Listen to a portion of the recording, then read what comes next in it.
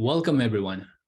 With International Women's Day around the corner, we have today's session gives you some ideas on practices to institutionalize, to embrace equity in your workplace. Hi, my name is Exen Sarupam, Associate Analyst, Content, Community, and Campaign, Great Place, Diversity, Equity, and Inclusion. And the topic that we have for today is to talk about best practices to foster gender diversity and inclusion in senior roles with TVS Motors. TVS Motors is an organization accredited for their inclusive practices by Great Place to Work Institute India. And we have the amazing Sandhya Ramesh to anchor this conversation with three amazing inclusion champions from TVS Motors. Over to you, Sandhya Ramesh. Thank you. Thanks, Action. And hello, everyone. Welcome to yet another learning webinar that we have, which we plan largely to support and enable organizations that will help them go deeper into specific areas that will help accelerate their workplace diversity and inclusion journey. At the Workplace Inclusion Index, and that's what we call the diversity and inclusion practice at Great Place to Work. We largely build a host of data-driven solutions and sustainable solutions that support organizations, right, in their journey to become more inclusive. What we also do at Great Place to Work, and that's something that a lot of you would know us for, is assessments, certifications, and recognitions, right? And one such assessment that we do is India's Best Workplaces for Women, which is the country's largest and the most robust study on women's participation in the workplace. And in the latest year of the study this year, where we covered about 1,112 organizations, and we heard from about 9 lakh women employees. One of the key insights that came out, apart from many other insights, were that between 2021 and 2022, India Inc. had actually witnessed a 3% drop in women's representation in senior leadership roles, right?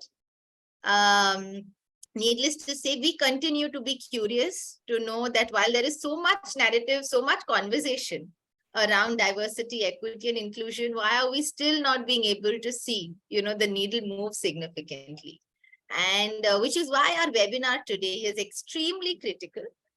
We are joined by 3 coveted leaders and inclusion champions from TVS Motors. A little bit about the organization before I introduce these leaders. TVS Motors is the 3rd largest two-wheeler manufacturer in India, and they have a vehicle for everyone, making them the manufacturer of the largest range of two-wheelers. Innovation is at the helm of everything that they do, which helps them inspire millions of smiles, including mine. So I have been probably one of the 50+ million users of TVS Motor products till date. I would love to extend a warm welcome to our Anandakrishnan, President HR and IT at TVS Motor, Captain Jyotsna Malhotra, DGM HR and Head of Employee Engagement, as well as Diversity and Inclusion, and Dr. Kavitha, Senior Lead Engineer, Digital Twin and Powertrain Control. Welcome to all 3 of you, and thank you so much for joining us here today. Thank you so much, Sandhya. It's a pleasure to be here to share whatever practices that we have put forth, and certainly congratulate and appreciate GPTW for this phenomenal work, continuing to do this great year after year after year. Thank you, Anand. And Kavitha, Jyotsna, anything that you'd like to share before we get into, a deeper discussion just around how 3 of you have been so instrumental in driving this journey at TVS?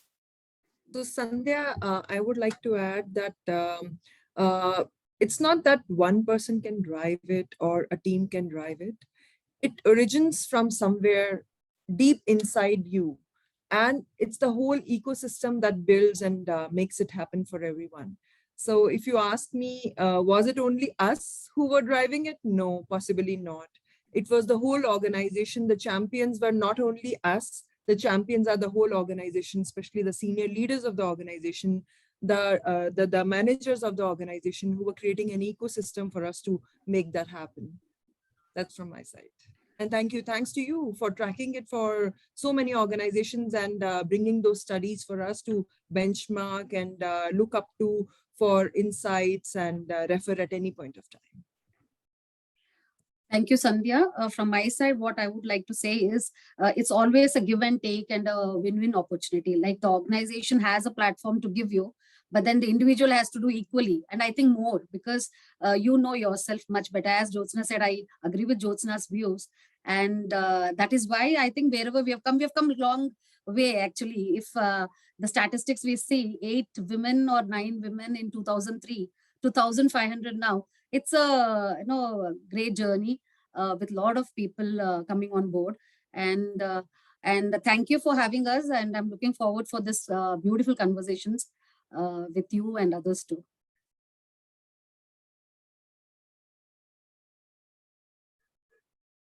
Thank you, Jyotsna and Kavitha. And with that, I think we want to go a little deeper into the journey, right? And we're going to begin with our first question. And Anand, you've been with the organization for such a long time. And, even before you took up HR formally as a role, how would you describe the people philosophy of TVS Motors, right?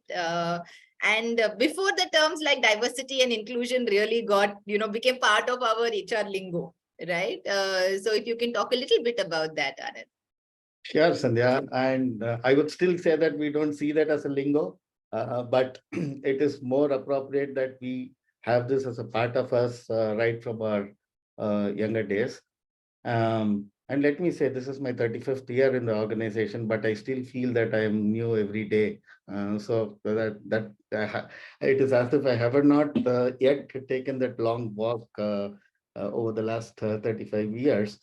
So when I joined, actually, I would say that the TVS Motor Group and the Sundaram Clayton Group, where I joined, we have been one of the finest talking about people practices right from the time I know, where the first thing that I was told when I joined is that we make ordinary people extraordinary.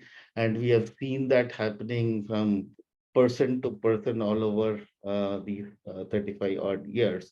And I'm sure, I bet many of them who have been with us have also moved into great positions in great companies across the globe. So I think people first and customer first has been our approach right from our inception. Um, and this is the vision with which the current chairman emeritus, Mr. Venu Srinivasan, drove the company right from the day one. And it is, and Sudarshan Venu is the managing director today, has taken this up leaps and bounds from his own perspective, and this more internationally, while we were so far present nationally. The group always followed as a philosophy total employee involvement, which has helped create this many firsts in the industry.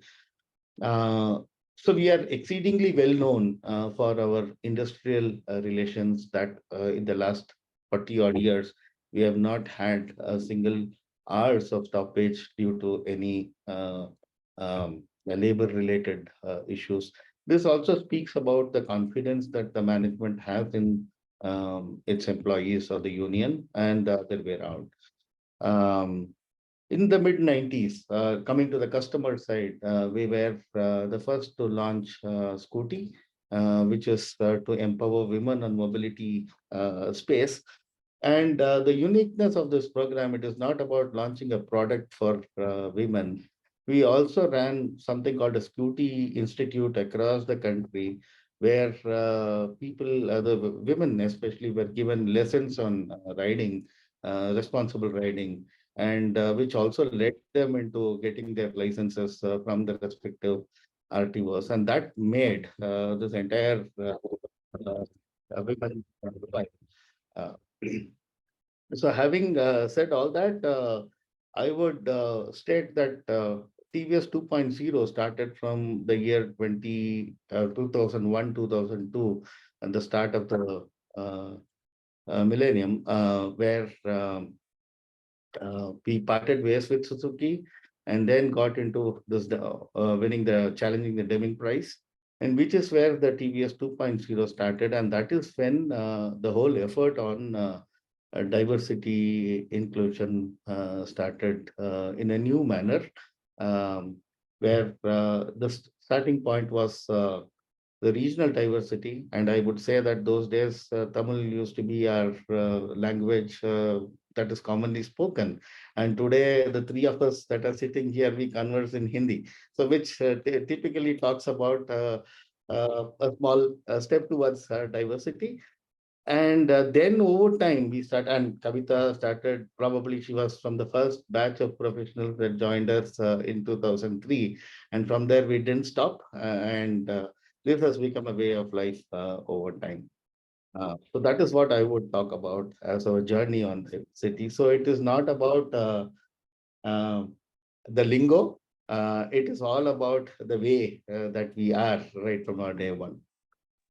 Thank you for bringing that, because Anand, I typically, as being in the industry, a lot of organizations ask us, so should we say diversity and inclusion, or should we say diversity, equity, and inclusion, or should we say diversity, equity, inclusion, belonging, right? And, and that's also the message sometimes, right?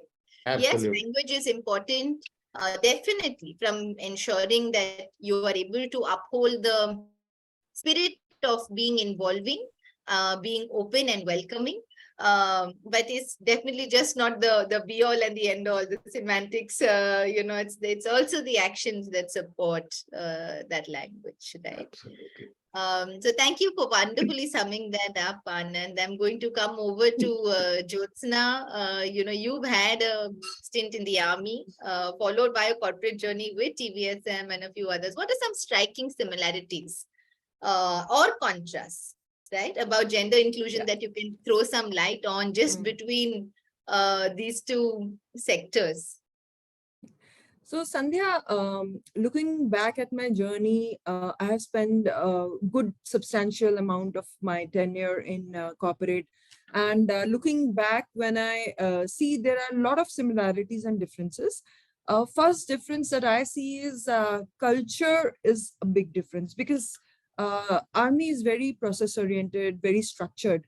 So when we talk about diversity and inclusion, there are challenges in terms of, first of all, it recently became permanent commission.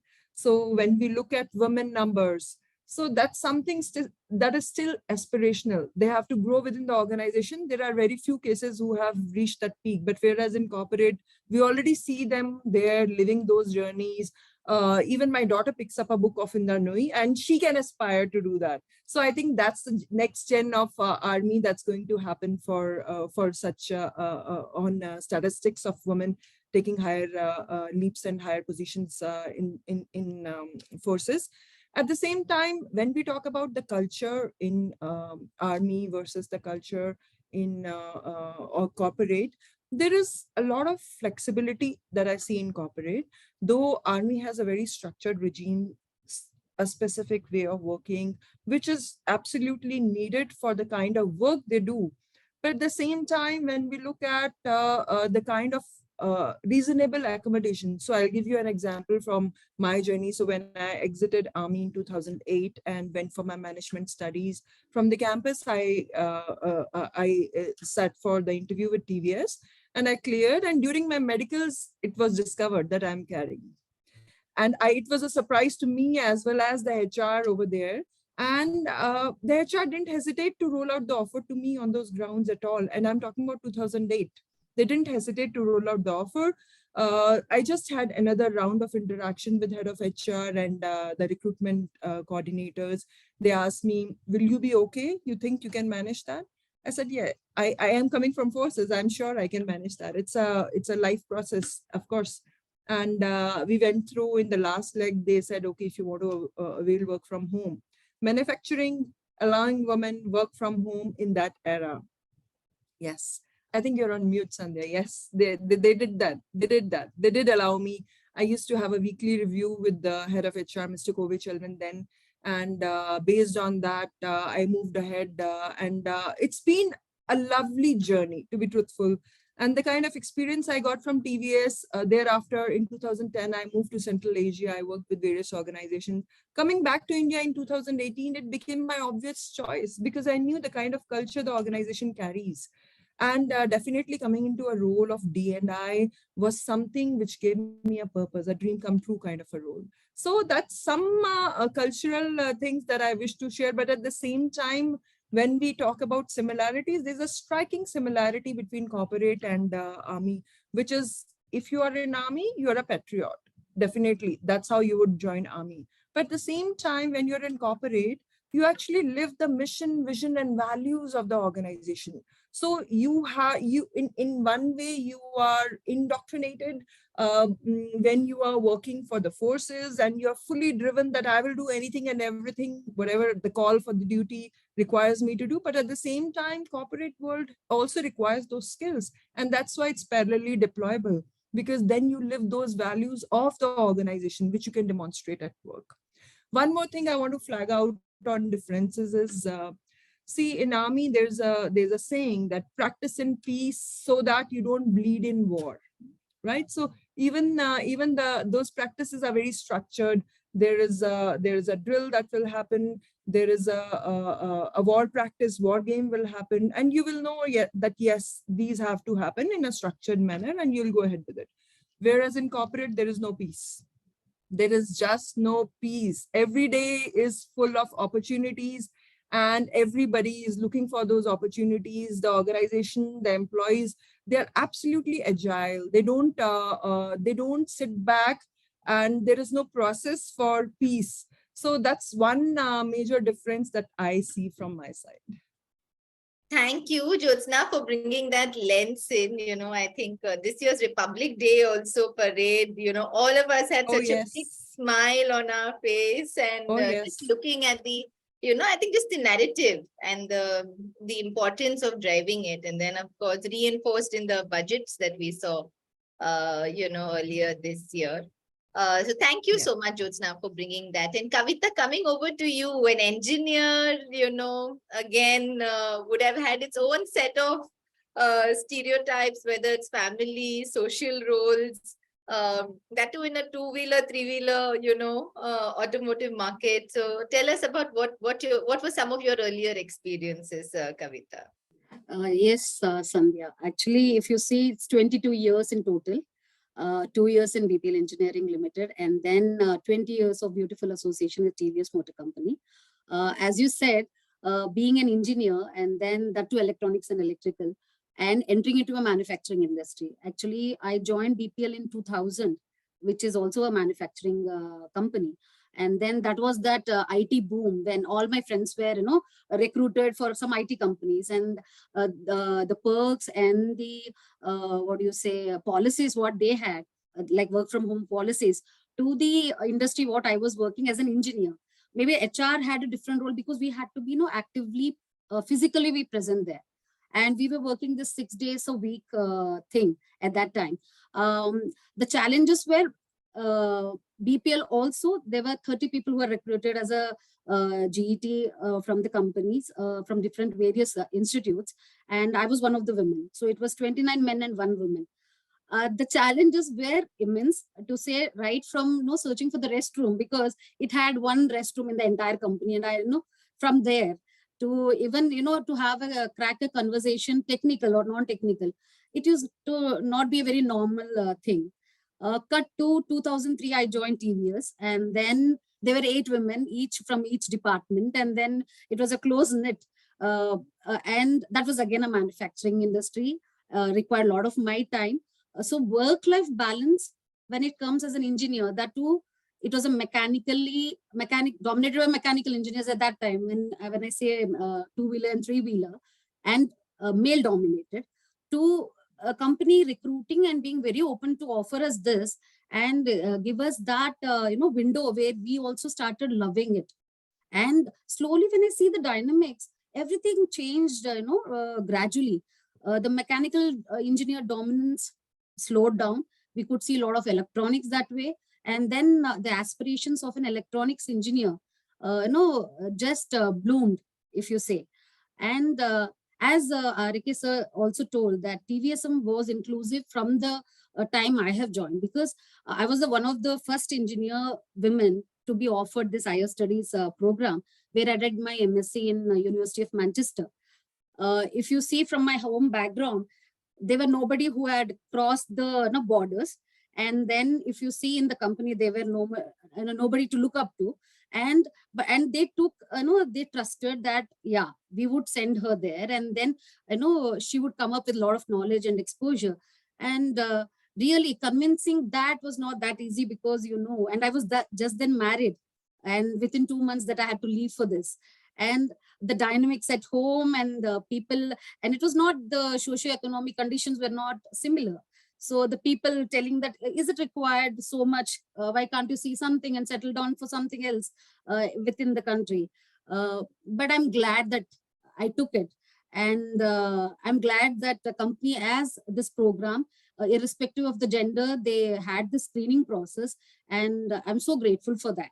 So that is one key challenge, And if you see now down the line, 2017, again, similar process comes.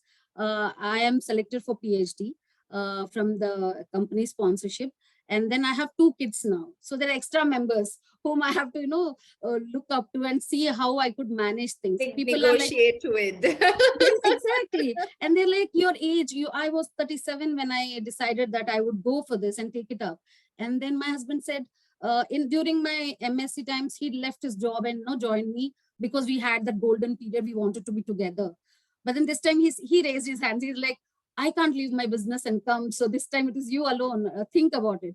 But at least he was very open to talk to, because I think it is a woman's responsibility to tell how passionate you are and how career oriented you are. If you don't put up those words in front of them and discuss it, they wouldn't know how much it means to you. They were like, at 37 with 2 kids, are you going to go alone? Do you want to do this? Is it very much necessary? That push was required, and I'm glad that I had that. So these were one of the few. And what a exposure for the kids too. They were 7 and 5, and I took them totally dependent on me. And then I can say 4 years down the line, the experience what they got from a different world altogether. Now when they come back and they can have this, that's a very all-rounded growth for them too. So I'm glad again. And now when I come at 40, now again another kind of challenges where your in-laws and parents are very vulnerable. Your kids are in your teenage, and then you are in your peak of aspirations, and you want to do that. And then you have to balance. I think this striking the balance from the day one till you finish up your thing will remain. Totally. Absolutely, Kavitha. And I think in a way, you kind of summed up everything that we'd also were talking about, saying what is the advice, right? Because sometimes it's not only the organization's role. Yes. What can one do differently? And with that, Anand, I'd really like you to, and that's one thing that we couldn't help but notice.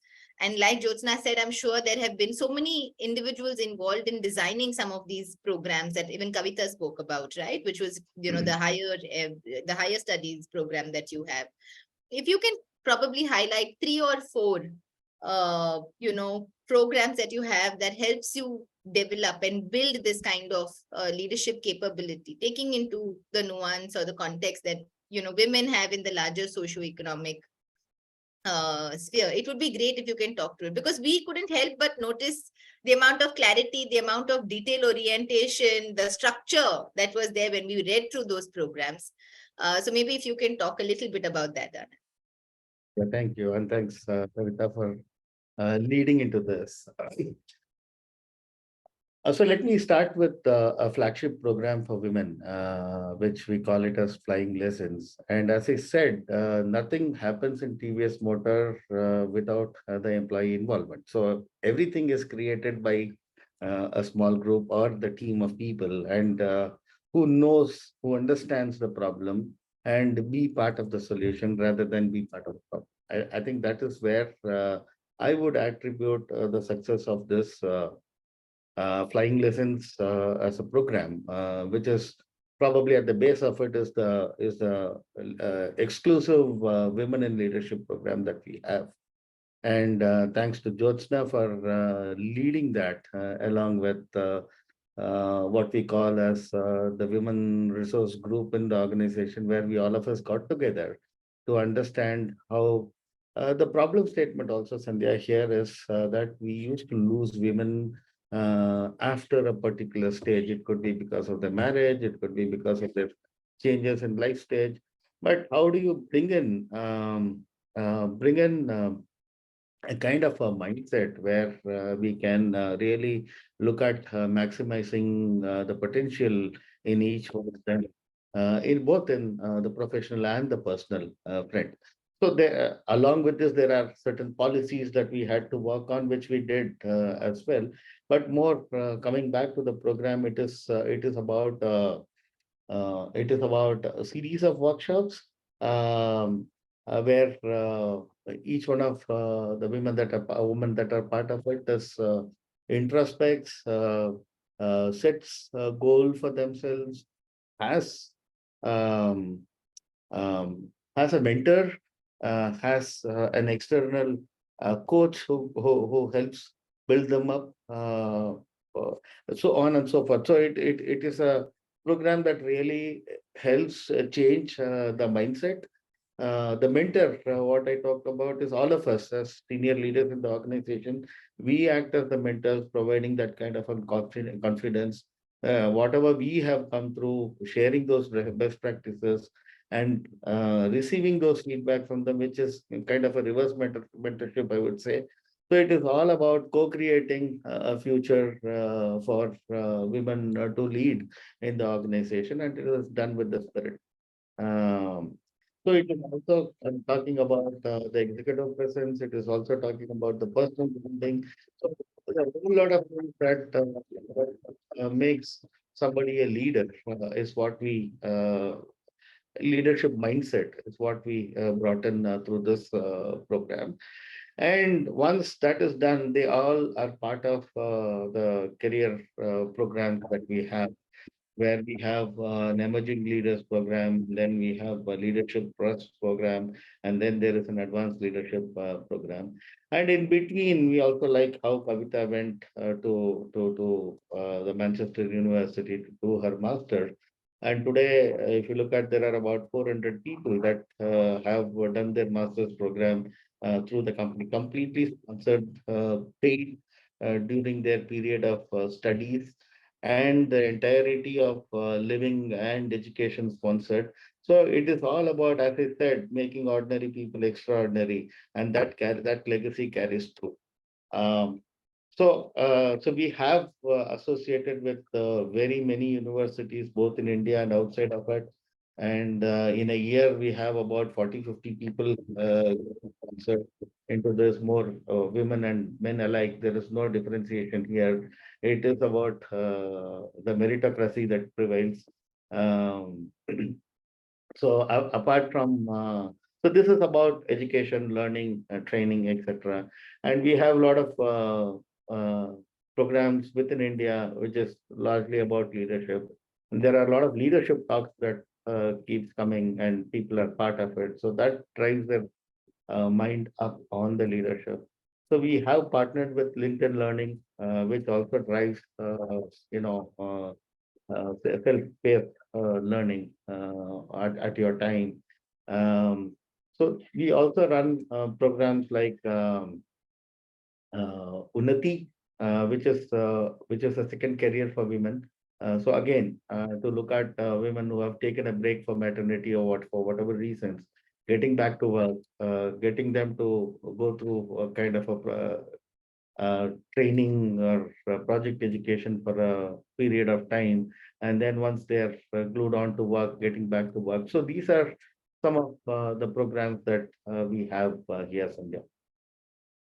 Thank you. Thanks, Anna. Then, I think just the ability to institutionalize certain programs for a longer period of time, right? So I think a lot of that also depends on how we're able to drive the experience, right? And how are we able to create role models, like when Kavitha talks about her journey, right? And when any of the other individuals who have been through these programs are able to talk about their journey. So I'm also going to come to, Jyotsna, you to as somebody who's driving engagement, diversity, inclusion.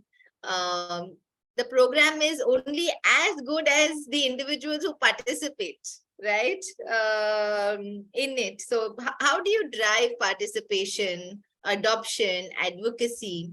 Are there any specific efforts in certain areas, Jyotsna, that are non-negotiable when you design and deploy a program at TVS?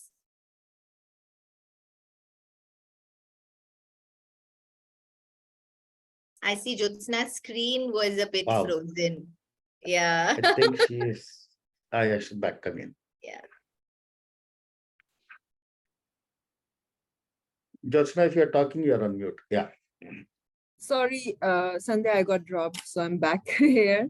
Can you No please repeat the problem. question that you asked? Yeah, the question was saying that the program is only as good as the people who actually are able to adopt it, undergo it, come back and positively impact the company, right? So one is about launching programs, but somebody who's anchoring engagement, diversity, equity, and inclusion, how do you encourage? What are some of your non-negotiables when you're looking at the implementation of the program, the participation, the advocacy of the program?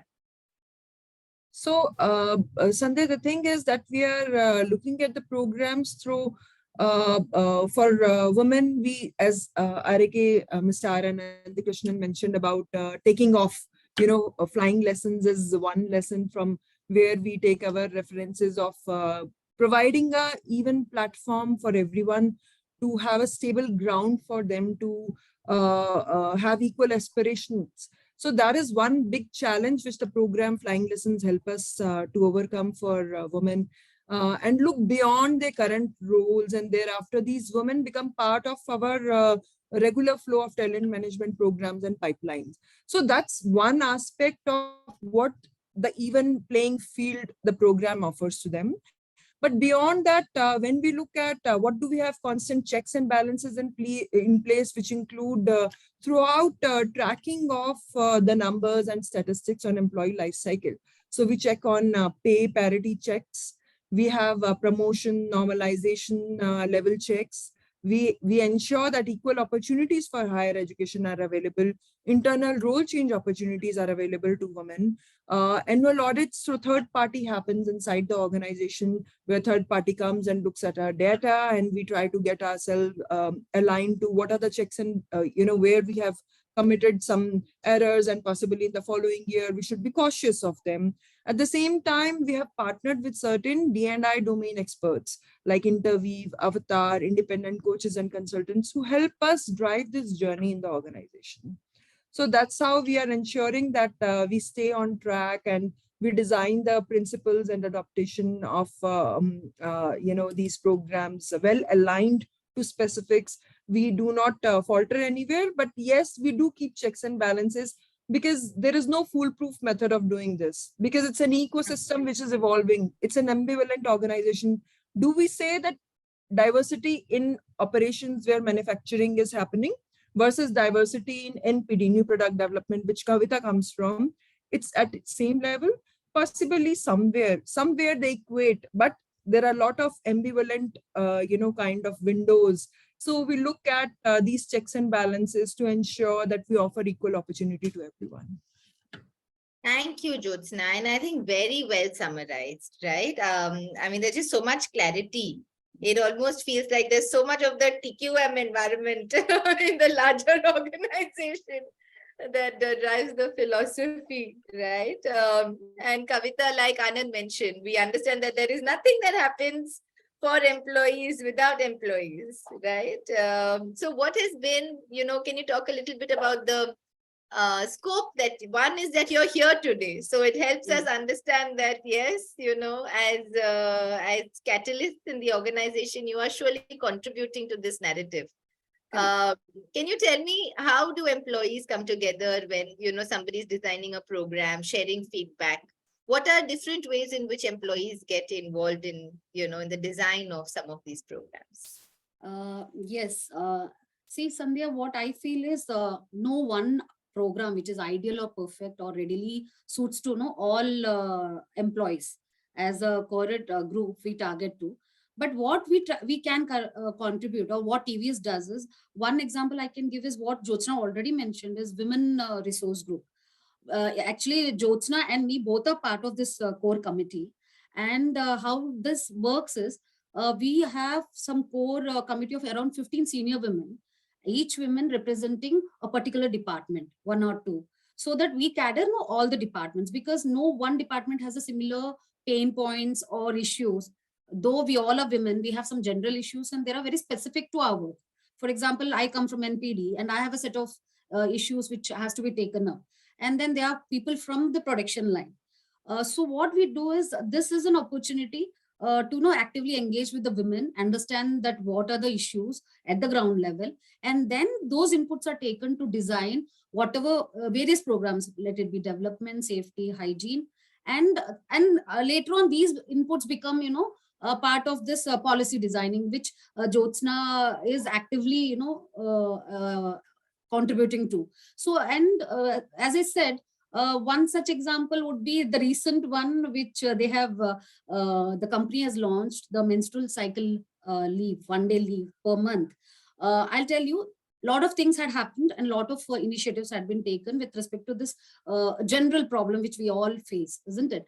So one of the initiative was the pad dispenser, or let it be a resting chair for the women so that they can rest, and during the low times they can be assisted with some help.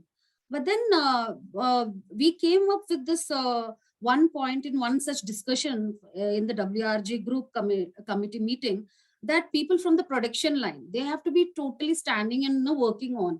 It is not similar to NPD or the HRD role. It's a more difficult role because throughout they are standing, and the line has to be running without any breaks. For such people, how will this help? You need a much more, leverage on few things. And then I think this menstrual day policy, 1 day leave policy, was introduced and well received actually by men and women. And kudos to TVS, because it is not only the policy was designed based on these inputs. The men who are the managers, when we put this as a leave, they have to be sensitized, because that is a major part. Because the majority are men who are going to tell them, yeah, you can take, and you're not supposed to post few questions. And the questions also were designed by our HRD when this policy was put in, and then these managers were sensitized.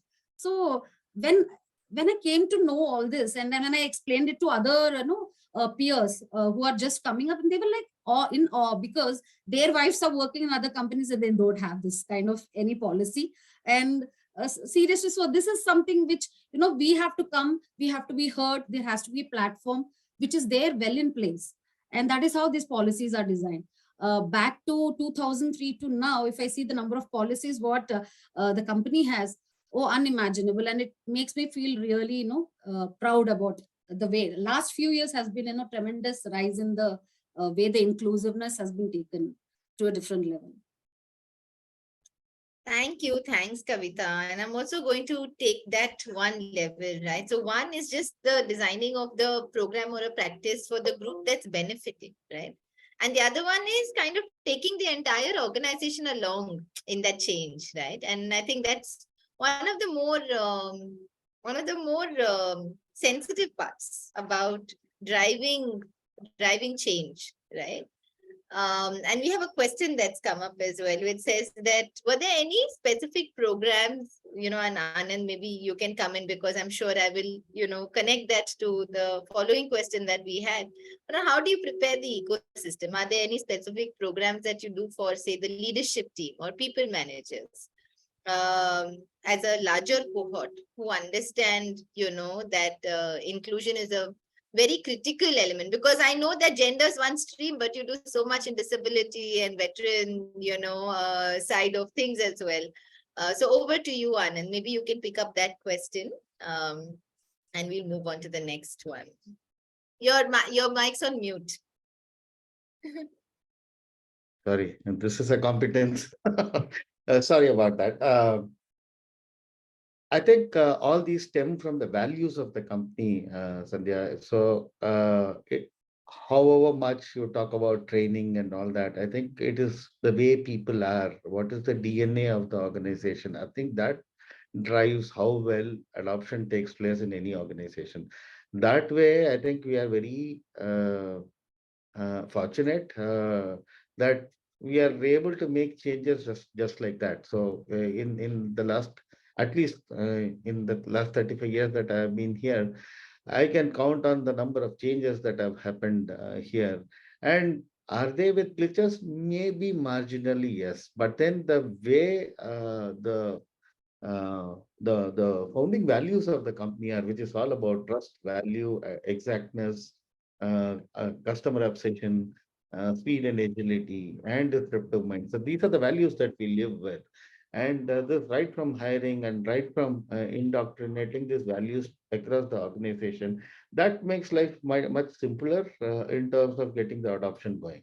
But does it mean that we don't need any program across? No, we certainly need to have those sensitive sensitization program running across.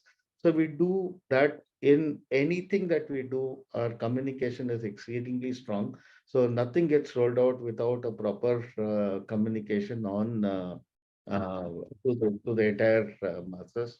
And we do that in groups as well. So with the leader, once let's say for this matter, when the women resource group came back and talked about the menstrual cycle policy, so this was taken into those team leaders that matter, co-created with them on what their ideas, what their ideas are, and then taken at large in the form of a webinar or whatever is appropriate across the organization. Number one. Innovation has always been part of our culture, and the managers are also taught through this grow and evolve program that we have for the managers, where they do get to work on what they should be, how they should be, and all that. So that also drives it. So there are so much of communication programs that happen from the leadership down the level, and the small group kind of the focus groups and all that. So multiple interventions that do happen, but I would say that the communication is the key, and the values that we live with are the ones that really drive these adoption. Thank you. Thanks, Anand. Because, I think one of the other pieces that organizations experience, and I think it's experienced by most, is this perception among, say, other dominant groups that, investing some in D&I could actually be counterproductive, right? What is this special benefits that we are creating?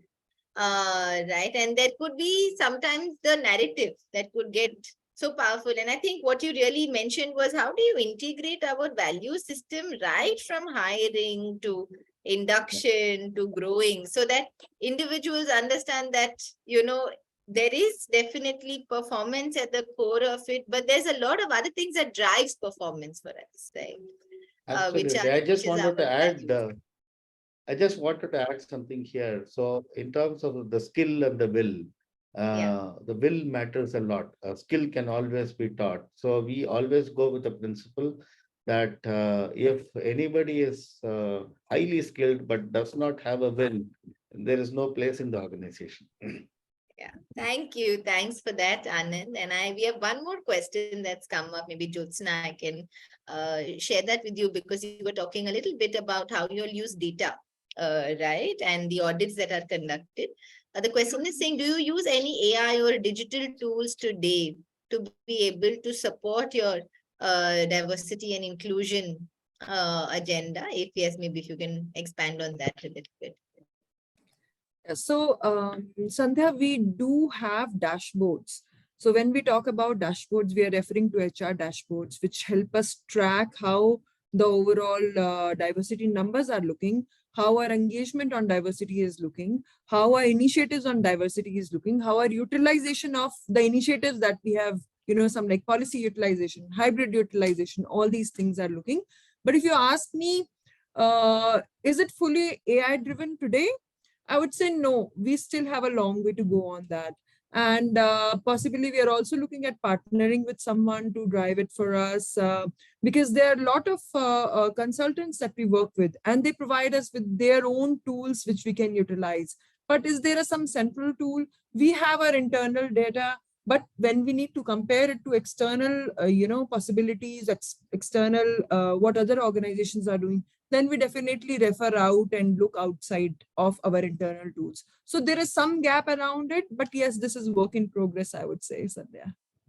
Thank you. Thanks, Jyotsna. I'll just add to, I think that's exactly how we have started looking at it, right? When we started off, there was more static approach, which meant that organizations go through an annual assessment. Every year they get a benchmark, they get, a set of best practices. And we said, how can we really change? If we are changing it at a systemic level, it needs to be a more continuous process. Organizations need to have more access to continuously changing data, right, in the larger ecosystem, because honestly, our time periods are becoming much smaller. Absolutely. Right. And with now ChatGPT coming on, and then Google's response to ChatGPT in 4 to 5 days. I mean, it's just giving us a sense of how quickly the world around us is changing. And that's when we also said that, so I think just for the larger group that's listening to us, we in fact have started a more continuous data dashboard, which meant that as part of your practices benchmarking, an organization can see how their benchmark is changing throughout the year, as and when more organizations in the same industry are taking it up. The best practices get continuously updated, and representation also gets automatically updated, right, periodically, as and when new organizations enter the assessment. This is really just to provide real-time sense of, where are we today in our journey.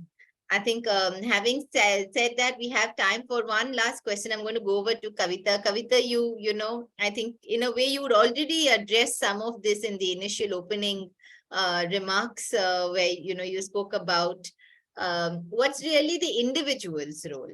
So according to you and the journey that you have had in a fairly, I would say, non-stereotypical, career journey, what do you think are the top 2 or 3, traits that individuals, right, or women who are career aspirants probably can learn from your own story, like 2 or 3 highlights that they can learn? What would those 2 or 3 highlights be from a self level? Yeah, Sandhya, like if you see, if I look up to my journey, the past 20 years, and connect the dots, what kept me going, and what I think are the top 3, I would suggest or tell the, first of all, I should say the younger women, the women, what they are in this phase of era to what we were, they're much more smarter, creative. They have the freedom for, a speech, choice, and they are in the best era possible, because even the companies have the n number of policies, opportunities, platforms. I can see how Anand is nodding his head more from recollecting his daughter, who is now Absolutely. really fast in some part of the world. Absolutely. So what happens is, this is the best, what they can get. But still, however, having said that, all this is one side, but the other side, what I think the women have to put an extra effort is the one what already Arekesa was telling about, the will to do. That has to come from within. As Jyotsna says, many things the drive comes from within. If you don't push yourself, or you don't put the effort to collecting skills, all these policies doesn't play any picture. You have to be in that area of work-wise upgrading the skill, will to do, and beware of the opportunities around. Because somehow what I feel, women, though we have changed in many ways, there are few things which are very unique to the women. We have the highest integrity, loyalty, and then we want somebody to do something for us rather we doing. So that push is somewhere, I think, required more. And speaking out, I somehow feel that the way men speak out their aspirations and advocate themselves, women do a bit less. I think that has to be somewhere, consciously be doing it. And the fear of failure. If I had feared that going to MSc, whether I could do or not, or going to PhD with my 2 kids at the age of 38, I think I wouldn't have come to a position where I finished that and I'm seeing how well it is done for me. So all these things, I think, are the some key top things which I think from my journey, which I think I can pass it on to the younger generation. And having said that, even organizations, though we have so many policies in place and so many theories and everything, I believe in one thing, that is seeing is believing. If we have women employees from our own team coming up, mentored, and then in the positions, I think half of the policy can be taken out, because the confidence is already there in the other women that, yeah, she went up the ladder in front of my eyes. So why can't I? So I think somewhere there is a hand in hand required. So that is what I feel, Sandhya.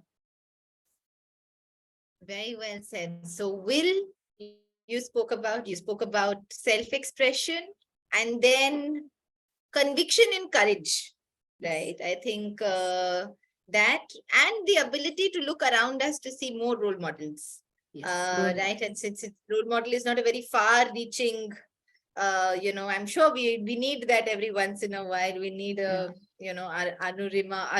Sinha every once in a while. But, how can we even look around us to see how so many other women have traversed that journey, right? Yes. With that, I know we're pretty much coming to a wrap up of our session, but we want to close with a very quick rapid fire, like we always do. Action, maybe if you can help us with posting the feedback link as well on the chat, and we'll also circulate it after the session to everyone. We'll start with a very quick rapid fire. So Anand, Kavitha, Jyotsna, you have pretty much about 30 seconds or so to respond to some of these questions that we have.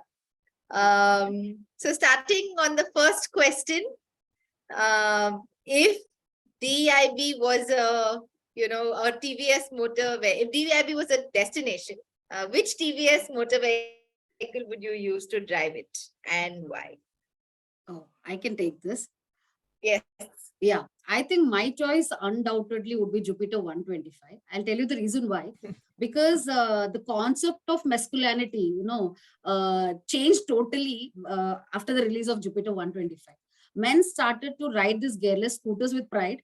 Women got a lot of power in the scooter, and the sturdiness, the power, and the softer look.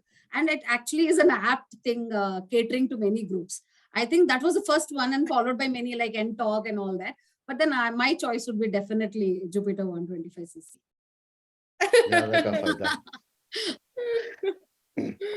And I'll go. So I would go. Okay. Yeah. So Sandhya, I will go with Apache anytime. That's something which makes you feel so powerful, so proud. So we also run something called Apache Riding Experience for women employees twice a year. And the bright spark we see in their eyes. They may not know even riding, and we bring some trainers who will train them to ride. We'll do the exercise, and by the end of it, they'll be all air. They will be all bright, and they'll be like, when are we having the next one? When is it going to happen? So, from that point of view, I think Apache, definitely, anytime. I would go with the iQube electric. Doesn't make noise, but well connected and maximize the efficiency. That's Sustainability. I think totally different sustainability. Absolutely. Absolutely. Fantastic. Yeah, but then I think it's as you said, Sandhya, it is everybody has got an opportunity with TVS. So it's a new product at every walk of life. Yeah, so all of you would like to change your vehicles at different points in time with the changing times. I grew up thinking about riding scooty someday. So today I'm talking about Apache. Yeah. Okay. Who is the one inclusion champion in your life? Me, my daughter, of course. Yes. Yeah, Anand, we've heard so many inspiring stories about that. And she rides like me, she drives like me, and more aspirational than me. She's truly a global citizen today. And whatever Kavitha spoke about, I mean, I was nodding heavily only because I could see my daughter when you were talking. So she is my inclusive. Thank you, Anand. Thank you. Yeah, I think for me, it's my mother, because I see her as a single mother, independently managing two daughters. And anytime I looked at her, she was an inspiration. She was a drive which would always say, never give up, never give up, never give up. The resilience, you can achieve anything you want, that kind of aspiration I got from her. And she never stopped us from doing anything, experimenting anything. Looking back, I'm like, okay, I did so much. I went here, I went there. And that's kind of inclusion that she allowed us to have, irrespective of her gender, me and my sister both. So she's my inclusion champion. Yes, Jyotsna, and I think you such diverse experiences that you've had, right? Lovely. Over to you, Kavitha. Yeah, if I have to nominate somebody, it would be my husband. For the very fact that the journey, the way it has been, many a times I was very much motivated and not taken some steps. But if I didn't have the support, besides me, and the understanding that I had my own aspiration, and it has to be included, it has to be understood, it has to be respected. Though my MSc time, or allowing the kids to be taken away from him for 4 years. And then he was under a pain, but he understood that how important that was for me. So I think, and that has changed the way my son sees my daughter also. He finds her equal, and there is no difference at all. If you see, you're talking about inclusion, that has become a norm. There is nothing specially we have to think about whether mama has to do or daddy has to do. Both do one breakfast at a time, early morning at 5. And my son cleans up the things. And then, so it's so many things set up just because my husband. So for me, he's a champion. Wonderful. Oh, wonderful. Thank you. Thanks so much, Kavitha, for sharing. And the last rapid fire question, we have to be really quick on this one, is what is the one word that you would use to describe, diversity, equity, and inclusion efforts in the manufacturing space today? There's a word that comes to your mind. What would be that word? For me, it is limitless. Shankar Mahadevan. Wonderful. For me, it's unstoppable, because the amount of employment opportunities available here are too many. And I think the scope can be enormous. Yeah, It's on the right track, actually. Largest employable, sectors, Yes. right, in our country. So Absolutely. thank you, Jyotsna. Kavitha. I would not be that positive. I would say one thing which I feel present industry and manufacturing, the widened skill gap. Because I think if the skill gap is reduced at a faster rate, I think we can have more inclusion and DIEB, what we are talking about. I think it would be much more faster. So for me, when I think about the present situation, I think there's a lot more to go, and widened skill gaps are the one what I can think of. And on that note, Kavitha, you have given us, I think, a lot of food for thought to say where is it that today, as corporations, as organizations, we can come together, right? Yes. And I think these are opportunities where we can learn from each other, collaborate with each other to create a more equal and equitable world. And on that note, I want to thank all three of you for joining us today and sharing so openly and candidly your journey, your own journey, the organization's journey, at TVS Motor, in terms of how you've been able to create, drive, institutionalize best practices to drive a more equal and equitable world. So thank you, Kavitha, Anand, and Jyotsna, for joining us. Action, thank you so much for helping us, curate this session and also organize this session. Thank you, Sandhya, and thank you, you. Action. It was lovely. Thank you, Sandhya. Thank you. Thank you Thanks so a lot, much. Sandhya and Action. Thank you so much. Thank you so much. Great. Thank you so much. Thank you, everyone.